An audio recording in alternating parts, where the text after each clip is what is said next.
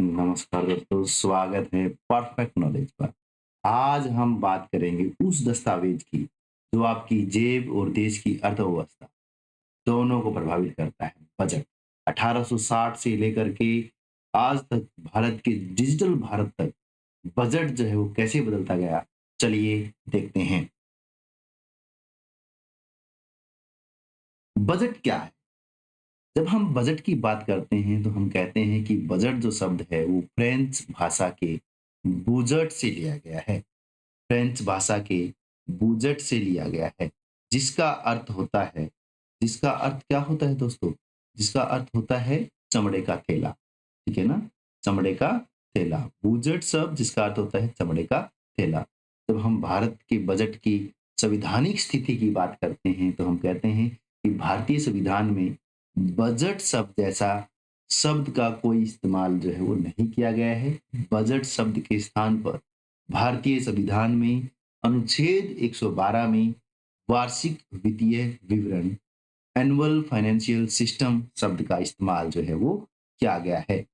Sorry, statement, annual annual financial statement, financial statement, ठीक है ना? एनुअल फाइनेंशियल स्टेटमेंट शब्द का इस्तेमाल किया गया है। जब हम बजट क्या है इसकी बात करें तो हम कहेंगे कि किसी भी देश की सरकार का एक वित्तीय वर्ष के दौरान अनुमानित आय और व्यय का ब्यौरा जो होता है, विवरण जो होता है, वो आपका कहलाता है बजट। यानी कि हम ये कह सकते हैं कि आने वाले समय में एक सरकार जो है वो कहाँ-कहाँ से इनकम को जनरेट करेगी, कहाँ-कहाँ से इनकम को प्राप्त करेगी और प्राप्त की हुई इनकम को कहाँ-कहाँ जो है वो खर्च करेगी। इसका जो व्यय का जो आय का जो विवरण है, ब्यौरा है, स्टेटमेंट है, उसे हम कहते हैं बजट। क्या कहते हैं दोस्तों? बजट कहते हैं। तो अब आप समझ सकते हैं कि बजट का मतलब है कि आने वाले समय में एक सरकार जो है, वो कहाँ से इनकम को प्राप्त करने वाली है और उस प्राप्त की गई इनकम को कहाँ-कहाँ खर्च करने वाली है। तो इसका मतलब आज से नहीं है, इसका मतलब आने वाले समय से है। तो इसलिए ध्यान करना कि बजट जो है वो आने वाले समय के लिए प्रयोग किया जाता है, यानी कि जो भी अनुमानित आय है, जो भी अनुमानित व्यय है, उसका विवरण जो है वो हमारा कहलाता है बजट कहलाता है। क्या कहलाता है दोस्तों? बजट कहलाता है। और भारतीय संविधान के आर्टिकल 112 में बजट शब्द का इस्तेमाल ना करके एनुअल फाइनेंशियल स्टेटमेंट शब्द का इस्तेमाल किया गया है। चलिए देखते हैं इसकी नोडल एजेंसी कौन है। यानी कि ये जो बजट है वो कहाँ बनता है या कौन बनवाता है, कौन पेश करता है? तो आपको पता है कि वित्त मंत्रालय के अधीन आर्थिक मामलों का विभाग जो है वो नोडल एजेंसी है हमारे बजट की, ठीक है ना? नोडल एजेंसी कौन है दोस्तों? आर्थिक मामलों का विभाग, यानी कि वित्त मंत्रालय। आगे बढ़ते हैं, इसकी देखते हैं क्या-क्या ऐतिहासिक पृष्ठभूमियाँ रही हैं, कहाँ से ये बजट जो है वो चला है। तो जब हम ऐतिहासिक पृष्ठभूमि की बात करते हैं, तो हम देखते हैं कि बजट जो है वो सर्वप्रथम विश्व की पृष्ठभूमि की बात करें, विश्व में प्रथम बार जो बजट है वो 1733 में 1733 में आप यहाँ देख सकते हैं, 1733 के अंदर, ठीक है ना? 1733 में ब्रिटेन के प्रधानमंत्री रॉबर्ट वॉलपोल जी ने पेश किया था।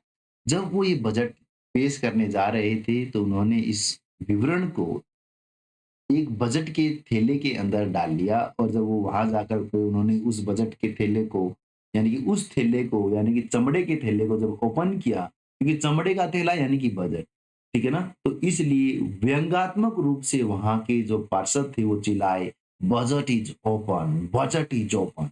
यानी कि हम ये कहेंगे कि इस वजह से, क्योंकि व्यंग्यात्मक रूप से जब वो उन्होंने चिल्लाया, तो ये जो विवरण है इसका नाम प्रसिद्ध हो गया बजट, ठीक है? अब हम देखते हैं कि भारत में प्रथम बार ब्रिटिश काल के दौरान जो है 7 अप्रैल 1860 को, ठीक है दोस्तों, 7 अप्रैल 1860 को, ठीक है ना, जेम्स विल्सन जी ने जो है वो बजट पेश किया। और ये जो बजट पेश किया उसके पीछे का रीजन था 1857 की क्रांति। 1857 की क्रांति में ब्रिटिश सरकार को बहुत ज़्यादा जो है वो धन की हानि जो है, आर्थिक नुकसान जो है वो सहना पड़ा।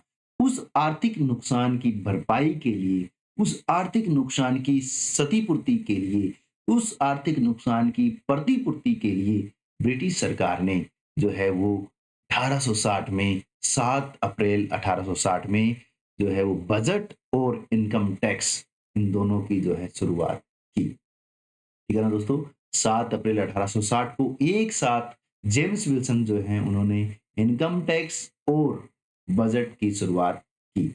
ठीक है? चलिए देखते हैं कि स्वतंत्र भारत का पहला बजट जो है वो किसने दिया? तो आप अगर हम बात करें जैसे ही भारत देश जो है वो आज़ाद हुआ, ठीक है? और 1940 में अंतरिम सरकार बनी कांग्रेस की। उस अंतरिम सरकार में कांग्रेस की अंतरिम सरकार में, ठीक है ना? कांग्रेस की अंतरिम सरकार में जो वित्त मंत्री थे वो थे लियाकत अली खान, ठीक है ना? लियाकत अली खान। और जो लियाकत अली खान थे वो मुस्लिम लीग के नेता थे, जो बाद में चल कर के पाकिस्तान के प्रथम प्रधानमंत्री बने, ठीक है? उन्होंने 1946 में अंतरिम सरकार का पहला बजट जो है वो पेश किया और इस बजट में लियाकत अली खान जी ने उद्योगपतियों पर बहुत भारी भरकम टैक्स जो है वो लगा दिए। इस वजह से जो कांग्रेस सरकार थी वो दिक्कतों में आ गई। क्यों? जो देश को चलाने वाले थे उद्योगपति थे, उन्हीं के ऊपर इतना सारा टैक्स लग गया, जिनके पास इनकम था, ठीक है? वो लोग जो है वो रोष प्रकट करने लगे। इससे कांग्रेस सरकार जो है वो दिक्कतों में आ गई, ठीक है? और ये भी माना जाता है कि यही वो वजह रही जिस वजह से भारत और पाकिस्तान जो है उनकी जो दरार है, कौन-सी दरार? अलग होने की जो दरार है वो बढ़ती चली गई, ठीक है? और इसलिए इस बजट को पूर मैन बजट के नाम से जाना जाता है और ये प्रसिद्ध हो गया पूर मैन बजट के नाम से, ठीक है? फिर हम देखते हैं कि पहला स्वतंत्र भारत का जो बजट है, वो पेश किया 26 नवंबर 1947 को, 26 नवंबर 1947 को और पेश किया आर के षणमुखम चेट्टी जी ने, ठीक है? आपसे ये प्रश्न जो है वो परीक्षाओं में बार-बार पूछे जाते हैं कि पहला स्वतंत्र भारत का जो अ, बजट है वो किसने पेश किया? कब पेश किया? तो आप कहेंगे 26 नवंबर 1947 को आर के षणमुखम चेट्टी जी ने पहला स्वतंत्र भारत का जो बजट है वो पेश किया। पहले अंतरिम सरकार का जो बजट है वो लियाकत अली खान जी ने पेश किया, जिसे पूर मैन बजट के नाम से भी जाना जाता है। पहला गणतंत्र भारत का जो बजट पेश करने का जो सौभाग्य है वो जॉन मथाई, उस समय के वित्त मंत्री जो है उनको मिला, जो जिन्होंने बजट के साथ-साथ में योजना आयोग का जो प्रस्ताव है वो भी पारित किया। तो हम ये कहेंगे कि 28 फरवरी जो है 1950, अब यहाँ ये ध्यान करना, 28 फरवरी 1950 को गणतंत्र भारत का पहला बजट जो है वो जॉन मथाई जी ने पेश किया। आम चुनाव हुए 1951-52 में, आप देखते हैं कि आम चुनाव हुए। जब आम चुनाव हुए, आम चुनाव के बाद पहली बार जो बजट पेश करने का जो श्रेय है वो जाता है भारत के पहले गवर्नर, आरबीआई गवर्नर, नाम है सीडी देशमुख जी, जो बाद में जाकर के वित्त मंत्री बने, ने पेश किया। और 1951-52 में इनके साथ में एक घोटाला वहां हुआ, जिसके बाद में जो प्रधानमंत्री जवाहरलाल नेहरू जी हैं, वो जो है वो वित्त मंत्रालय जो है उन्होंने अपने अपने पास रख लिया। ठीक है, चलिए देखते हैं नेक्स्ट स्लाइड में, जहां हम देखते हैं कि वक्त बदला और परंपराएं बदली, कि कैसे कैसे वक्त बदलता गया हो। तो बजट की जो परंपराएं हैं वो time to time, according to time जो है वो बदलती गई। ठीक है, तो जब 1999 की बात हम करते हैं, या हम कहें कि पुराने समय में जो बजट है वो शाम के 5 बजे पेश किया जाता था। 5 बजे क्यों पेश किया जाता था? क्योंकि उससे पहले इंग्लैंड सरकार थी, यानी कि हम औपनिवेशिक सरकार के अंदर काम करते थे। और उस समय में जब सरकार इंग्लैंड की सरकार थी, तो वो अपने टाइम के अकॉर्डिंग जो है वो बजट पेश करते थे। अपने टाइम के अकॉर्डिंग, यानी कि इंग्लैंड के टाइम के अकॉर्डिंग जो बजट के पेश करते थे। इस वजह से भारत में जो है वो शाम के 5 बजे बजट पेश किया जाता था। ठीक है? इस परंपरा को यशवंत सिन्हा जी ने जो है तोड़ दिया और उन्होंने कहा कि अब से जो बजट है वो सुबह के 11 बजे जो है वो पेश किया जाएगा। 2017 से पहले की अगर मैं बात करूँ, तो हम देखते हैं कि रेल बजट और आम बजट जो है वो अलग-अलग पेश किया जाता था, ठीक है? लेकिन 2017 में अरुण जेटली जी ने इस परंपरा को तोड़ दिया और कहा कि आगे से जो है रेल बजट और आम बजट जो है वो एक ही साथ पेश किया जाएगा, ठीक है? फिर हम देखते हैं कि 2017 में ही 28 फरवरी या 29 फरवरी या मैं ये कहूँ कि फरवरी के अंतिम दिन बजट को पेश किया जाना था। आप यहाँ पीछे देख सकते हैं कि हमने यहाँ देखा था कि 1950 में आप यहाँ देख रहे हैं फरवरी 1950 में, ठीक है ना? 28 फरवरी 1950 को जो है यहाँ बजट पेश किया गया। यानी कि हम ये कह सकते हैं कि फरवरी के अंतिम दिनों में बजट पेश किया जाता था और उस अंतिम दिन को तोड़ करके उस परंपरा को भी आप जो है वो पीछे छोड़ देते हैं और आज से अभी से यानी कि 2017 से जो 28 फरवरी यानी कि फरवरी के अंतिम दिन जो बजट पेश किया जाता था वो 1 फरवरी से किया जाने लगा। अब इसके पीछे का रीज़न जो था वो यह है कि 28 फरवरी को जब बजट पेश किया जा रहा था तो 1 ही महीना बचता था मार्च का, जिसमें उनको सभी तैयारियाँ यानी कि बजट अधिकारियों को सभी तैयारियाँ करनी पड़ती थी ताकि वो बजट को जो है वो सुचारू रूप से लागू कर पाएँ। ठीक है? समय बहुत कम होता था, इस वजह से जो बजट है वो थोड़ा-सा टाइम लेता था और सही से जो है वो 1 अप्रैल से या अप्रैल में जो है वो सही तरीके से सुचारू रूप से काम करना जो है वो शुरू नहीं कर पाता था। इसलिए इसको 28 फरवरी को छोड़ करके हम 1 फरवरी को बजट पेश करते हैं ताकि हमारे पास जो है वो सफिशिएंट जो है इनफ समय रहे ताकि हम 1 अप्रैल से अपने बजट को जो है सुचारू रूप से लागू कर पाएँ। ठीक है? देखते हैं नेक्स्ट स्लाइड में जहाँ हम देखते हैं कि बजट निर्माण और पारित करने की प्रक्रिया की बात हम यहाँ करेंगे। जहाँ पर हम देखेंगे कि कैसे-कैसे बजट का निर्माण होता है और कैसे किन प्रक्रियाओं से गुज़र करके बजट जो है हमारा वो लागू होता है। तो जब हम बात करते हैं बजट की तो आपको मैं बता दूँ कि बजट जो है वो उससे पहले सभी जितने भी हमारे मंत्रालय हैं उन मंत्रालय से हम अनुमान माँगते हैं कि आप जो है वो इस साल कितना खर्चा जो है आपका होने वाला है और आपके मंत्रालय से कितनी जो है वो इनकम होने वाली है। ठीक है? यानी कि हम उनसे जो है अनुमान माँगते हैं और उस अनुमान के बाद जब हम बजट निर्माण की प्रक्रिया शुरू करते हैं तो उससे पहले हम यहाँ बीच में देखते हैं जिसको हम बोलते हैं हलवा की रस्म। हलवा रस्म जो है यहाँ निभाई जाती है, ठीक है? हलवा रस्म जो है वो क्या होती है देख लेते हैं कि हलवा रस्म क्या होती है। जैसा कि आपको पता ही है, जब भी कोई शुभ काम किया जाता है तो हम जो है वो मीठे से शुरुआत करते हैं, ठीक है?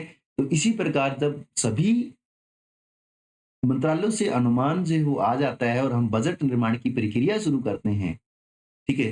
तो वित्त मंत्री जी जो है एक बड़े कढ़ाई में जो है हलवा बनवाते हैं और उन अधिकारियों को जो बजट निर्माण में हिस्सा लेने वाले हैं, उन सभी अधिकारियों को और राष्ट्रपति जी को, ठीक है ना? हलवा खिला करके उस कार्य का शुभारंभ करते हैं, शुरुआत करते हैं और क्योंकि हमारे ऐसा माना जाता है कि मीठी से जब शुरुआत की जाती है तो कार्य जो है वो शुभ हो जाता है। ठीक है? तो इसी इसी धारणा को रखते हुए हलवा रस्म जो है यहाँ निभाई जाती है और उसके बाद संसद में वित्त मंत्री जी जो है वो भाषण देते हैं, स्पीच देते हैं और उस स्पीच के बाद आम चर्चा जो है वो होती है। और आम चर्चा के बाद 24 विभागीय समितियाँ जो हैं, ठीक है? वो उस बजट की जो है वो जाँच करती हैं, ठीक है? और उस जाँच के बाद में उस बजट को लोकसभा में पेश कर दिया जाता है जहाँ पर उसका जो है मतदान किया जाता है और जो मत से पारित कर दिया जाता है और फिर उस पारित होने के बाद में विनियोग विधेयक जो है, जो कि ये कहता है कि हमारा जो कंसोलिडेटेड फंड ऑफ इंडिया है, उससे हम जो है वो पैसा ले सकते हैं, इससे पारित हो जाता है। ठीक है? तो इस प्रकार हम देखते हैं कि कैसे-कैसे बजट बनता है और कैसे जो है वो किन-किन प्रक्रियाओं से होकर के वो पारित हो जाता है। अब हम देखते हैं कि बजट जो है हमारा कैसे बजट ने समय के साथ अपना स्वरूप जो है वो बदल लिया है। जब हम पुराने परंपरा की बात करें तो हम देखते हैं कि पुरानी परंपरा में चमड़े के थैले यानी कि ब्रीफ़केस का जो इस्तेमाल है वो किया जाता था। ठीक है? इस ब्रीफ़केस का जो इस्तेमाल था वो आप देखते हैं कि इसके जो ब्रीफ़केस का जो इस्तेमाल था इसका जो परंपरा को जो तोड़ने का जो कार्य है, वो निर्मला सीतारमण जी ने किया जब उन्होंने ब्रीफकेस की परंपरा को तोड़ करके लिपटे हुए बही खाता यानी कि लाल कपड़े में लिपटे हुए बही खाता का प्रयोग किया 2019 में। और जब वो आए थे वित्त मंत्री के तौर पर, और उसके बाद में आप देखते हैं 2021 में, क्योंकि पेपरलेस बजट जो है वो पेश किया, क्योंकि उस टाइम पर जो है कोरोना या कोविड काल जो है वो चल रहा था। ठीक है, हलवा रसम हमने देख ही ली। और हम यहाँ देख लेते हैं कि छपाई से पहले नॉर्थ ब्लॉक, आप देखेंगे कि जो बजट छपाई थी, ठीक है ना, जब हम बात करते हैं 1950 की, तब बजट की जो छपाई है वो राष्ट्रपति भवन के अंदर ही होती थी, ठीक है ना? राष्ट्रपति भवन के अंदर ही छपाई होती थी। तो 1950 में ऐसा माना जाता है, ऐसा हुआ इंसिडेंस कि कुछ बजट का हिस्सा जो है वो लीक हो गया। उसकी वजह से जो वित्त मंत्री थे हमारे जॉन मथाई, उनके ऊपर काफ़ी जो है वो दबाव आया, और इस वजह से छपाई को राष्ट्रपति भवन से हटा कर के मिंटो रोड, नई दिल्ली जो है वहाँ पर एक प्रेस जो है उसमें शिफ्ट किया गया। ठीक है? और 1980 से उसी प्रेस के बेसमेंट में, नॉर्थ ब्लॉक के बेसमेंट में, ठीक है ना? इसकी यानी कि हमारे बजट की छपाई जो है वो निरंतर हो रही है। ठीक है? यहाँ मैं आपको ये बताना चाहता हूँ कि जब तक बजट पेश नहीं हो जाता है, तब तक वहाँ पर बजट से संबंधित जितने भी अधिकारी काम करते हैं, उन सभी को वहीं सुरक्षित जो है खाना-पीना, रहना उनका वहीं जो है बंदोबस्त किया जाता है। ठीक है? चलिए नेक्स्ट देखते हैं कि बजट के प्रमुख प्रकार कौन-कौन से हैं। तो हम देखते हैं कि संतुलित बजट जो है, हम उस बजट को कहते हैं जहाँ अनुमानित आय अनुमानित व्यय के बराबर होते हैं। यानी कि सरकार जितना भी इनकम लेने वाली है वो बराबर हो जाती है जितना वो खर्च करने वाली है। ठीक है? फिर आता है प्रकार, दूसरे प्रकार का बजट जिसको हम बोलते हैं अधिशेष बजट। जैसा कि नाम से आपको पता चल रहा है, सरप्लस, यानी कि इनकम हमारे पास ज़्यादा होने वाली है, खर्चा हम उसमें से कम करेंगे तो हमारे पास कुछ बजट यानी कि कुछ इनकम जो है वो बच जाएगा, सेविंग हो जाएगी। ठीक है ना? यानी कि आय जो है वो ज़्यादा है व्यय से, तो इस प्रकार के बजट को हम बोलते हैं सरप्लस बजट या बोलेंगे अधिशेष बजट। उसके बाद में हम देखते हैं उसके बाद में हम देखते हैं घाटे का बजट, ठीक है ना? Deficit budget. और डेफ़िसिट बजट का मतलब होता है कि जब आय और व्यय जो हैं, ठीक है ना? यानी कि जब आय जो है वो व्यय से कम हो जाती है, और यह बजट जो है वो भारत में सबसे ज़्यादा प्रचलित है। क्यों? क्योंकि ये माना जाता है कि यह बजट जो है वो विकास का प्रतीक है। विकास का प्रतीक का मतलब जब ज़्यादा गवर्नमेंट जो है उसकी इन्वॉल्वमेंट होगी, गवर्नमेंट का खर्चा बढ़ रहा है, इसका मतलब गवर्नमेंट जो है वो एक्सपेंडिचर कर रही है इंफ्रास्ट्रक्चर पर, गवर्नमेंट जो है एक्सपेंडिचर कर रही है इनइक्वालिटी को कम करने पर, गवर्नमेंट जो है वो एक्सपेंडिचर कर रही है एम्प्लॉयमेंट को जनरेट करने पर, अनएम्प्लॉयमेंट को कम करने पर। यानी कि हम ये कहेंगे कि इकोनॉमिक ग्रोथ बढ़ा रही है और उसके ऊपर खर्चा कर रही है जो कि डेवलपमेंट को लेकर के आएगा। ठीक है ना? इसलिए ये माना जाता है कि घाटे का जो बजट है, डेफिसिट जो बजट है वो अच्छा होता है।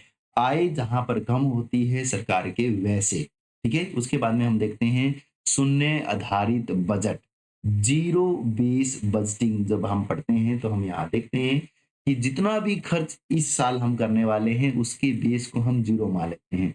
जैसे सपोज़ कीजिए कि कोई एक योजना, ए योजना जो है वो पहले से चल रही है, ठीक है ना? पिछले बजट में हमने ए योजना को इंट्रोड्यूस किया था।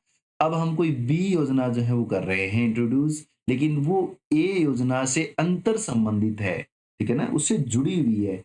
तो इस बी योजना को हम ये मान कर के चले कि कुछ तो यहाँ से पहले से ही हो गया, नहीं। हम यहाँ मानेंगे कि इसका कुछ भी रोल नहीं है। ये बिल्कुल फ्रेश शुरू हो रही है, यानी कि बी जो है यहीं से शुरू करेगा, यानी कि इसका बेस जो है वो 0 है, ठीक है ना? इसको हम बोलते हैं ज़ीरो बेस बजटिंग। उसके बाद में हम पढ़ते हैं जेंडर बजटिंग को, जिसके अंदर हम देखते हैं महिलाओं और बच्चों के लिए, ठीक है ना? एक स्पेशल हम ये कह सकते हैं महिलाओं और बच्चों के लिए जो आवंटन होता है, जो बजट होता है, उसको हम बोलते हैं ज़ीरो बेस बजटिंग। चलिए देखते हैं इतिहास के सबसे चर्चित बजट, ठीक है ना? वो बजट जो डायरेक्ट आपके एग्ज़ाम में पूछ लिए जाते हैं। आप देखिए एक बजट जिसको जाना जाता है ब्लैक बजट के नाम से। ब्लैक बजट, और इसको ब्लैक बजट क्यों कहा जाता है? क्योंकि इस बजट में 550 करोड़ का भारी घाटा था। ठीक है ना? 550 करोड़ का भारी घाटा। ये बजट आया था 1973-74 में, 1973-74 में, और इस बजट को कहा जाता है ब्लैक बजट। उसके बाद में हम देखते हैं कैरेट एंड स्टिक बजट, जो कि 1986 में आया था, कैरेट एंड स्टिक बजट जो कि 1986 में आया था, जो कि हमारी सरकार ने पेश किया और इसके अंदर जो है लाइसेंस जो प्रणाली थी उसको खत्म कर दिया गया और साथ में, ठीक है ना, क्योंकि जब लाइसेंस प्रणाली जो थी उसको खत्म किया तो सबने कहा कि ये हमें गाजर पकड़ा दिया, यानी कि खाने को कुछ दे दिया, ठीक है, तो उसको बोला गया कैरेट, ठीक है ना। और जो टैक्स चोरी करने वाले थे उनके खिलाफ जो है स्ट्रिक्ट एक्शन लेने की बात कही गई, ठीक है, इंस्ट्रक्शंस जो है वो काफी स्ट्रिक्ट कर दी गई। इस वजह से कहा गया कि ये तो स्टिक लगा दी है, यानी कि छड़ी जो है उसको मार दिया है, ठीक है ना। इस वजह से, क्योंकि एक तरफ गाजर दी गई एक तरफ स्टिक दी गई, इसलिए इस बजट का जो नाम है वो कहा गया कैरेट एंड स्टिक बजट, यानी कि इस नाम से बहुत ज्यादा फेमस हुआ। कई बार पूछ लिया जाता है कि कैरेट एंड स्टिक जो बजट है वो कब पारित हुआ, तो आप कहेंगे कि 1986 में कैरेट एंड स्टिक बजट जो है वो पास हुआ।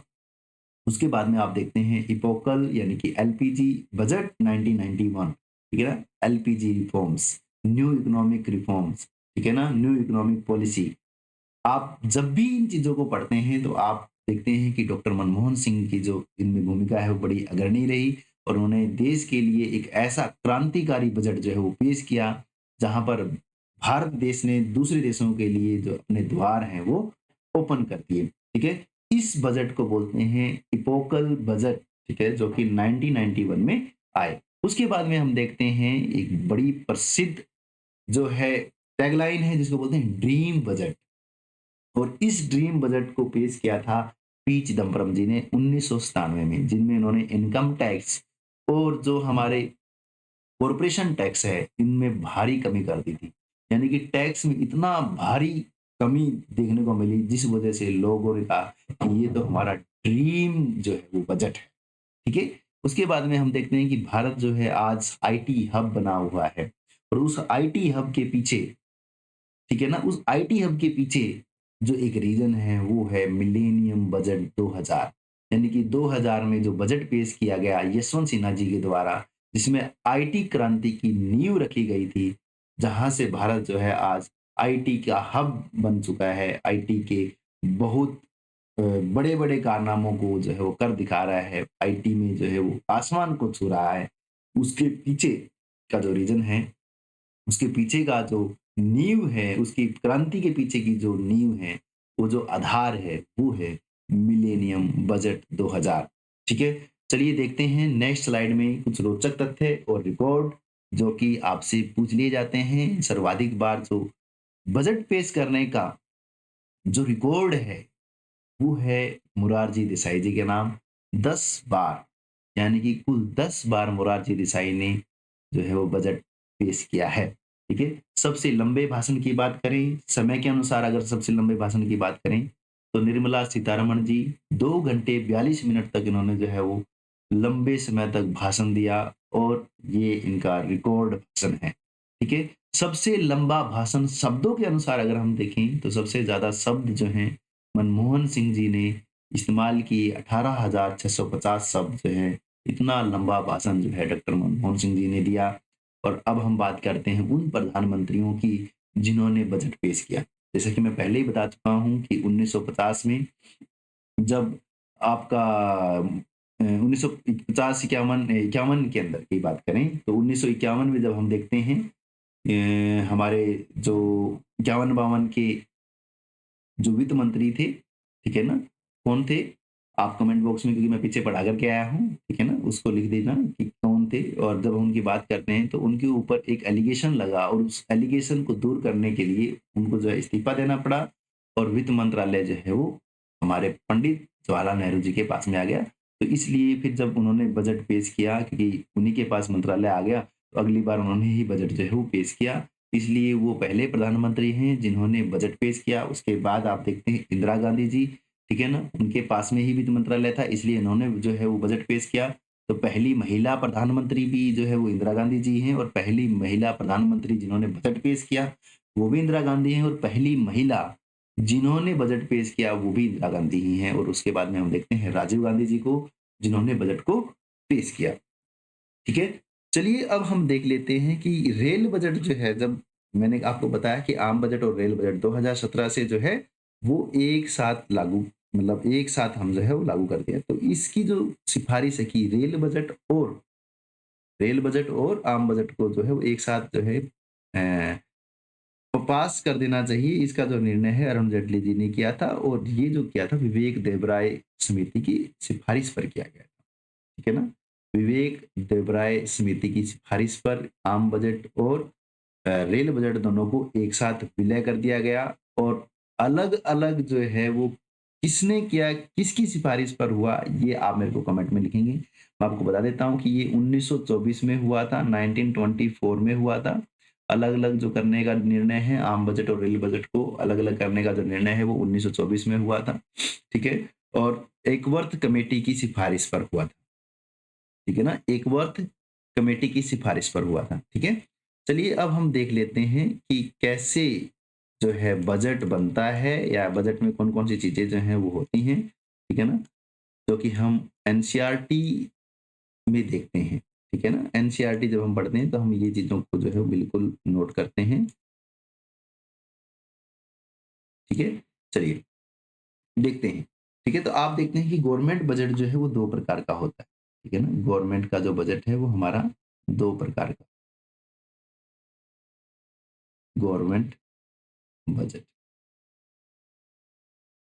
ठीक है? मैं इसको थोड़ा-सा देखता हूँ, इधर आ जाए तो।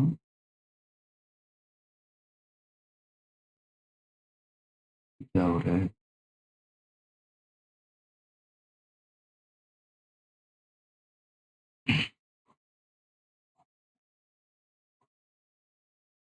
चलिए देखते हैं गवर्नमेंट बजट जो है ना, जब हम गवर्नमेंट बजट की बात करते हैं तो हम देखते हैं कि ये 2 प्रकार के अकाउंट होते हैं। ठीक है? एक हमारा होता है रेवेन्यू अकाउंट, रेवेन्यू अकाउंट। एक हमारा होता है कैपिटल अकाउंट।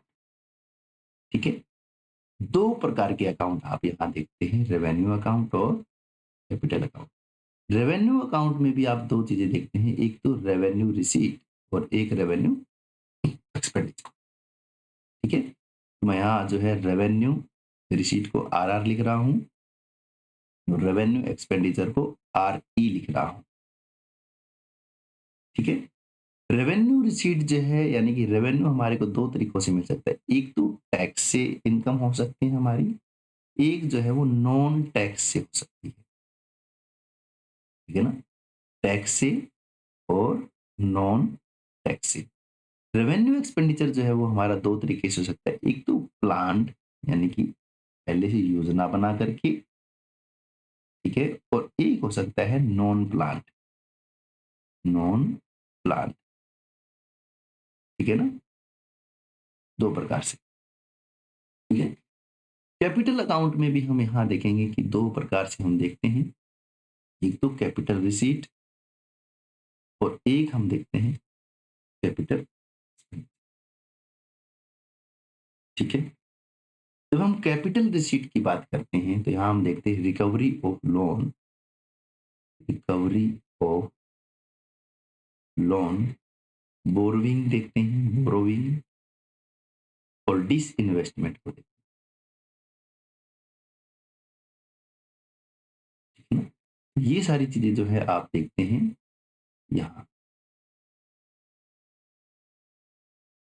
कैपिटल रिसीट में। ठीक है?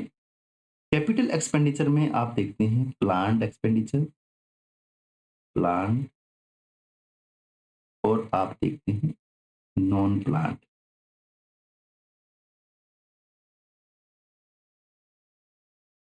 ठीक है? यहाँ हम देखते हैं revenue expenditure.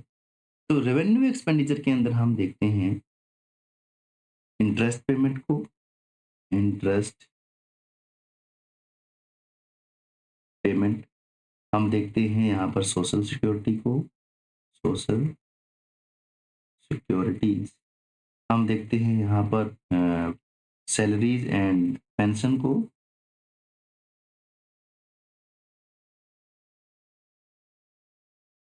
Salaries and pension, ठीक है ना? और हम यहाँ देखते हैं डिफेंस सर्विसेज को, डिफेंस, ठीक है? जब हम बात करते हैं नॉन टैक्स रेवेन्यू की, तो हम यहाँ से देखते हैं इंटरेस्ट रिसीट, यानी कि जो हमारे को इंटरेस्ट मिलता है उसे इंटरेस्ट रिसीट, ठीक है? हम यहाँ देखते हैं फीस एंड अदर्स, जैसे चालान वगैरह हो गया, ठीक है? डिविडेंड को देखते हैं, डिविडेंड को देखते हैं, प्रॉफिट को देखते हैं, एटसेट्रा। हम यहाँ इन चीज़ों को देखते हैं। तो इस प्रकार से हम जो है वो टोटल बजट को देखते हैं कि बजट जो है वो 2 हिस्सों में डिवाइड होता है, रेवेन्यू अकाउंट में और कैपिटल अकाउंट में। रेवेन्यू अकाउंट का मतलब है जहाँ हम ये कह सकते हैं कि जहाँ से डायरेक्ट फिजिकल जो है वो क्रिएट नहीं होती है, डायरेक्ट फिजिकल एसेट जो है वो क्रिएट नहीं होता है। और कैपिटल अकाउंट वो अकाउंट होता है जहाँ से डायरेक्ट जो है फिजिकल एसेट जो है वो क्रिएट होता है। ठीक है दोस्तों, तो आज के लिए बस इतना ही। आगे हम देखेंगे जब 1 तारीख को हमारा बजट जो है वो तो आ जाएगा और उसके ऊपर विस्तृत व्याख्या और उसकी क्या बात जो है वो हमारे देश के लिए अच्छी है, कहाँ जो है क्या-क्या चीज़ें जो है, क्या-क्या योजनाएँ जो है वो गवर्नमेंट जो है वो लेकर के आने वाली है, ठीक है? उसके बारे में पढ़ेंगे, उन चीज़ों के बारे में समझेंगे, ठीक है? हमारा जो बजट है 2026 वो क्या कहता है, ठीक है? तो मिलते हैं, तब तक के लिए जय हिंद, जय भारत।